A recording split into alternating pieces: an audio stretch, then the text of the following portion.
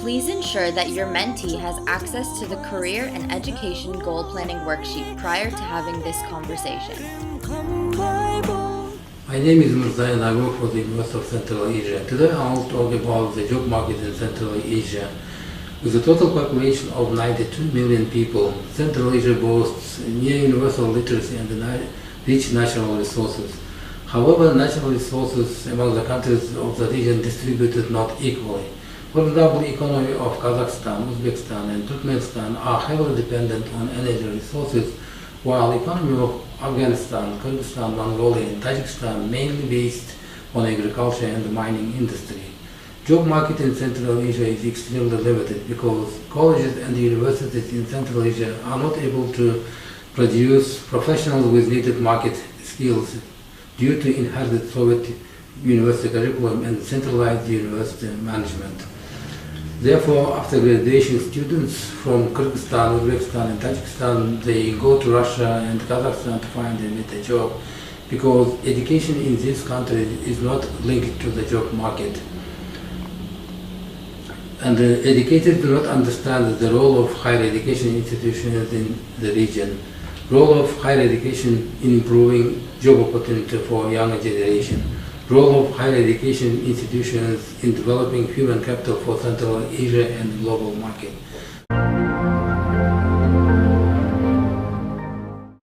As a mentor, it's really important that you understand the university application process in Central Asia. To get accepted to a university in Central Asia, you have to do one of two things.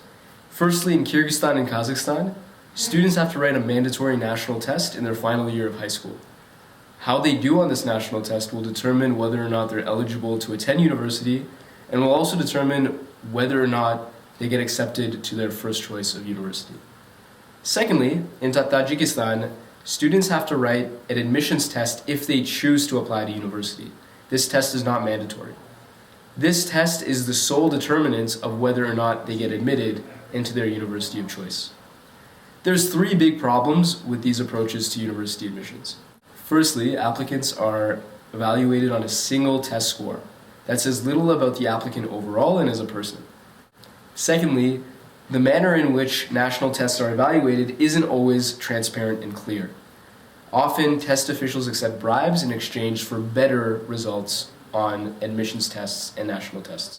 Thirdly, the grade level of national and admissions tests are quite low and often do not adequately measure how well prepared students are for university.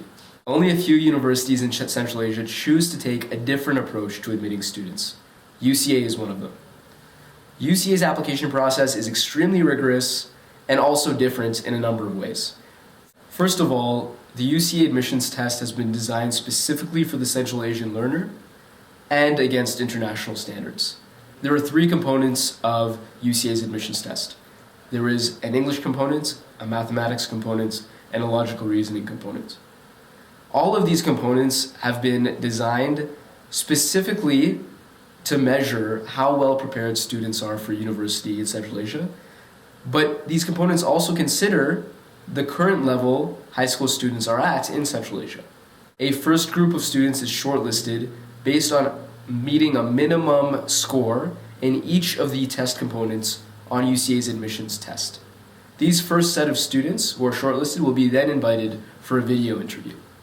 UCA's application process is different because it considers more than just a test score, because we believe that a student is more than just a number. UCA's application will ask for detailed extracurricular information to gauge what the student has accomplished in their communities and outside the classroom. In addition, students will be invited for a video interview, and they will be asked to fill a short personal statement on the application that asks about their interests as well as their ambitions. Only shortlisted applicants will be asked to attend a video interview, which will be conducted by a UCA staff member, and will be evaluated based on the extracurricular factors that I mentioned earlier. UCA will exercise a high level of integrity when it selects its students. It will do this by maintaining very detailed records of admissions and selections decisions that have been made. This is in order to keep a detailed audit trail that will be revisited constantly in order to determine if an admissions decision has been justified. In addition, UCA's admissions committee will be comprised of individuals who will represent each of the 3 partner countries. This includes Tajikistan, Kazakhstan, and Kyrgyzstan, and will include admissions committee members of both sexes. This will ensure that there is no bias towards any particular kind of applicant. Finally, we recognize that there are inherent differences among applicants who apply to UCA. For example, students who apply from urban centers tend to have a higher quality secondary education relative to students from more remote and rural parts of Central Asia. What this means is that UCA must recognize this reality and will ensure that the geographic location of each of our applicants are considered when making admissions decisions. It is important to UCA that each student is evaluated based on their potential relative to the educational resources that they have at their disposal. At the end of the day, making sure disadvantaged students have access to the education that UCA will offer is one of our highest priorities.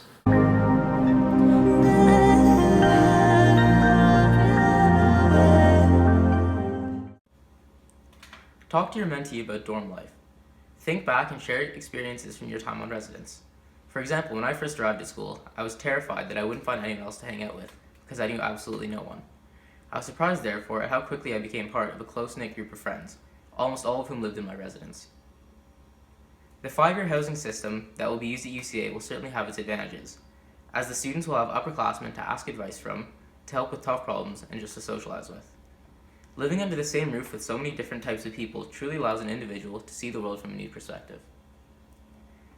You will meet many of your best friends just through your dorm experience. One of the best things about it is that there are so many students going through the same experience at the same time, so everyone tries to be really supportive and friendly. Another benefit of dorm living is that a student can worry less about living arrangements and concentrate more on school. There are plenty of people around for company, and classes are just a short walk away. Just about everything a student needs for living is readily available to them. Make sure to share your exam preparation tips with your mentee. For many people, exam time is the most stressful part of the year. With so much riding on the outcome, there can be a high degree of pressure to do well. The following is an exam preparation guide that you can share with your mentee. The earlier you start, the more time you will have to prepare for the exam. Make sure all of your course material is well organized so you can find and fill any gaps. If you miss any classes, get the notes from your friends right away, instead of scrambling to find them at the last minute.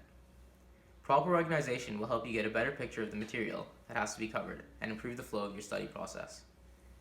As the exam nears, you will need to create a study plan. Ask yourself the following questions. How much material do you need to cover? How difficult is the material?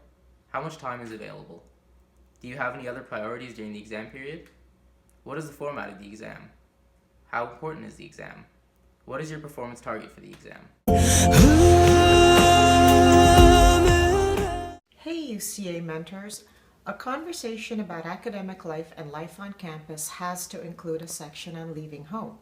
Leaving home is not easy. Homesickness, loneliness, stress, and anxiety are all common feelings among first-year university students.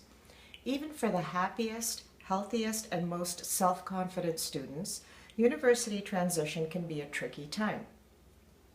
There's the stress of a heavier workload, and many people leave behind boyfriends, girlfriends, and family, unsure how to manage all these close relationships from school.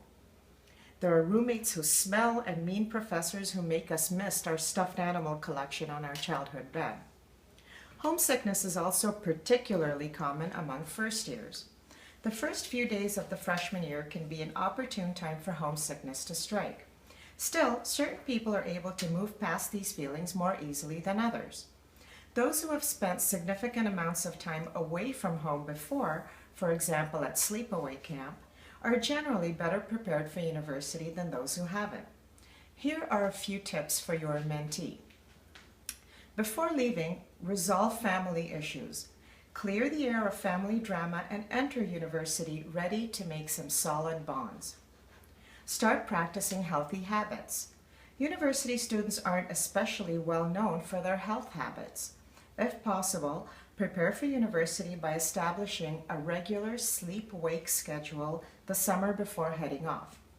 Same goes for learning how to make healthy choices when it comes to fitness, nutrition, and tending to your mental health. Be productive about making friends. Almost everyone who signed up for a random roommate worries at some point that the new companion will be a total jerk or slob or party animal or nerd or a meanie.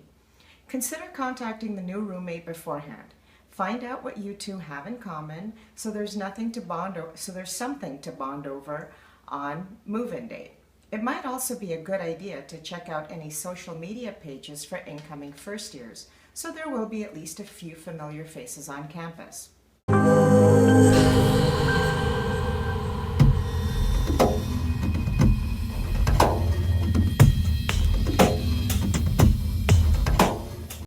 Frequently asked questions. What if, after my 6 conversations are over, I would like to continue communicating with my mentee? Am I allowed? If you choose to communicate with your mentee after the 6 UCA mandated conversations have been successfully completed, you may do so. This would then constitute a personal relationship between you and your mentee. 2.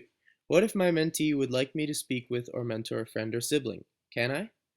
You must complete your UCA-sponsored mentorship program requirements. If after that you choose to speak or mentor someone else, that is up to you. These conversations will no longer be under UCA's jurisdiction. 3. If I have friends who are doing the same program that my mentee is interested in, am I allowed to put them in touch, or put them in touch with my professors, schools, or programs in my area? As long as you complete your 6 UCA mandated conversations, you are free to assist them in any other capacity, including introducing them to people that may also be able to assist them or any other relevant resources. 4. Are we allowed to offer opinions on matters pertaining to their personal lives, i.e. relationships, parental, siblings, boyfriend, girlfriend, etc.? Personal matters are best handled in person. You should recommend that your mentee find a friend or adult with whom they can discuss these matters, but offer support where needed. 5. What if my mentee tells me something that I feel will affect their future at university, but they ask me not to tell, i.e. substance abuse, excessive drinking, etc.? You should recommend that your mentee get help for their issues before committing to spending the next 3 to 5 years at a learning facility. Also remember that you are not professionally qualified to help them in these matters. Ensuring mentor and mentee safety. The intention of the UCA mentorship program is to foster meaningful and professional relationships between mentors and mentees. We hope that your mentee will feel comfortable discussing their successes and challenges with you throughout the program. However, your mentee may confide personal or sensitive issues to you. If you are concerned about your mentee's physical, emotional, or mental well-being at any time, you can contact the UCA mentorship program leads, azhardawji@gmail.com or Karima Pirani at raqasa@rogers.com. If at any point in the program you as a mentor feel uncomfortable with your relationship with your mentee, face serious conflict, or perceive that your safety and security is being jeopardized, please contact the UCA program leads. All information related to the UCA program leads will remain confidential, and appropriate measures will be taken as required.